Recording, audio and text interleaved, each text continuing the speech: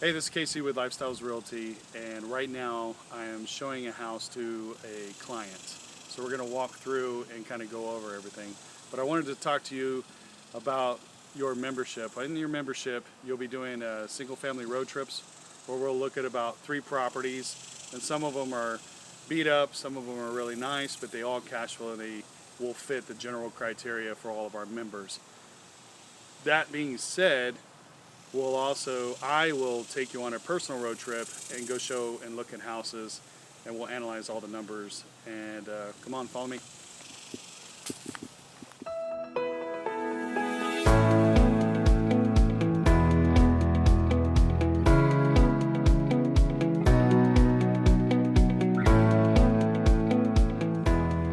Now, usually they would have a shower and then one toilet area, and not like two, shaking hands with each other. It's kind of weird. But all right, so Ooh, it has a nice crack in this one. you see foundation issues? Yeah, right here. Okay. Yeah, that's definitely signs of. See, look at the floor is all kind of warped and. Yeah, so we could feel it kind of coming Yeah. down here. And some of the signs and symptoms are cracks around the windows like this, Mhm. especially if they're jagged.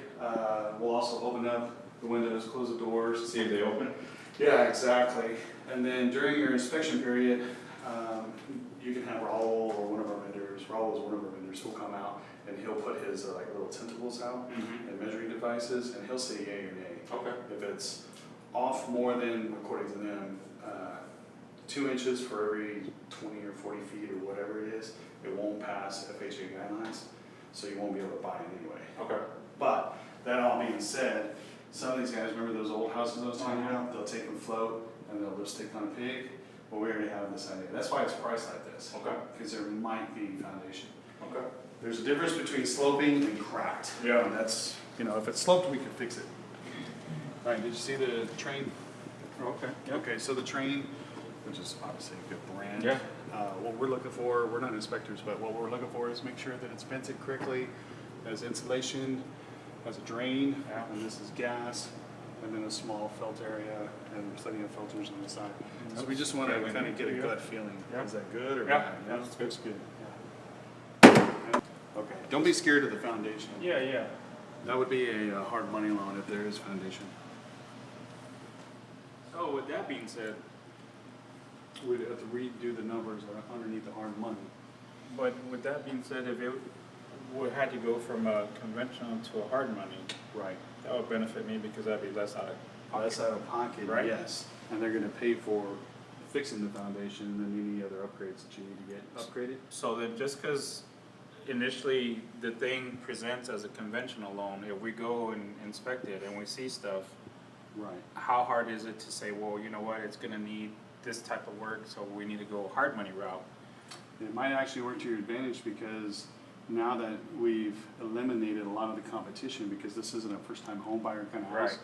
that whole FHA and all that, now we're competing with just other Just investors. other investors. Now we might be able to get a better price on it, and we can, and I'll Yeah. put the offer in and we'll say, hey, it's obvious that there's foundation problems, so we need to get it at this price. Yeah. And we're an investor, so this is Yeah. what we need to be. Yeah. So that's the idea. Yeah, I like that idea. Some of the. How do you like this pink or orange 1970s Yeah. counter? Okay, so one of the things that we're looking at is does it have a disposal? Okay. And then if it doesn't have a disposal, I'll look at the sinks to see if we can even put a disposal in there, but usually they won't do that. How can I tell if Because it's? it'll be both of these. See how it has that little grid? Oh, I This got one you. doesn't. I got you. Both of them will have a grid on it, so you're like, okay, well, So it there's won't no have. disposal.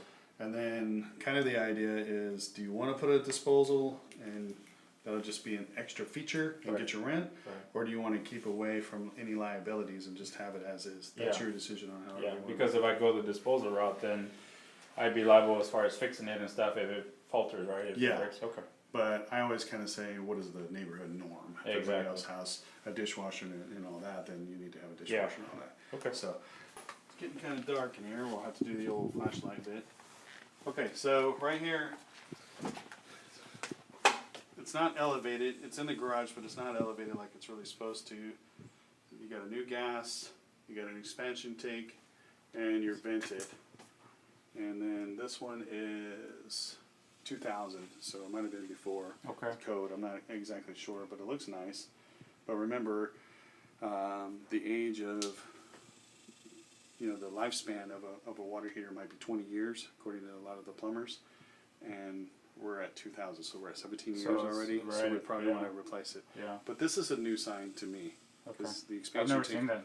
expansion tanks are basically, if you have a lot of water pressure coming in from the street, the expansion tank comes in and it relieves a lot of the pressure so you don't blow valves and stuff. Oh, I got you. So if it starts getting too over pressured, it goes into this, and that's the whole I idea. got you.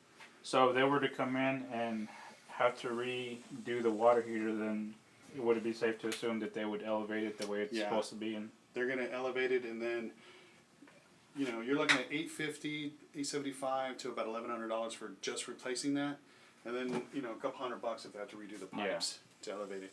So some inspectors would suggest, if it's working, it's giving you hot pressure, don't even worry about it, because then you're gonna open up a can of worms. But Lifestyles model says we're at the end of its lifespan, replace it, and now that we know that, we're just gonna put it on the numbers. right, Period. right. So whatever the price was, if it's 110, and we saw that it's going to be foundation problems in this, we're looking at maybe 105, Yeah, something like that. yeah. Alright, back here it's not too bad. Siding's not too bad.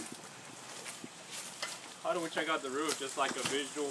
Yeah, we're going to do a visual inspection right now. Obviously during your option period, you would have a roof. You can get up to your 3 inspectors to come out. Your inspector should either walk the roof or at least get up there on a ladder to take a look if there's any soft spots or shingles curled or rolled. But just us looking at it, we're like, okay, it looks pretty old, Yeah. man. It looks like it's older than 10 years right off the bat. Got a little waviness, got some curls. Right here. Yeah. I see the whirlybirds up there with no ridge vents. That tells me that it's not really that new. But is it still clean and functional? That's going to be in the inspection. Yeah. And we'll have to know. Let's say that the inspector comes back and he's like, man, I don't think that it's a very good roofer. And then you send a roofer over and he's like, hey man, you need a whole new roof, $5,000. Well, now we have to go back over to the other agent and renegotiate and say, hey, look, we need to bump this down by another $5,000, or you need to put a new roof on there, or Before we the can- deductible, or Yeah. something. Yeah. Like a couple of years ago, we had a bunch of hail hit, and we were able to get a whole bunch of roofs replaced just with the deductible because of all the hail damage like that. So there's always ways of getting whatever you need to get done. Yeah. He wants to sell it, and you want a new roof. Yeah. Period. So.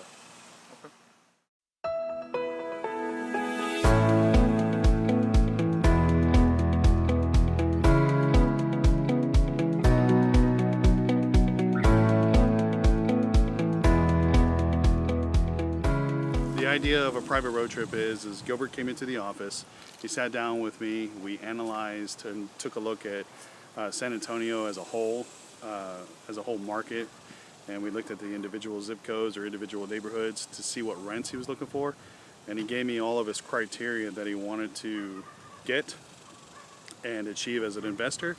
And so then we narrowed it down to about 2, 3, 4 houses, and today, after all of that, it took about an hour.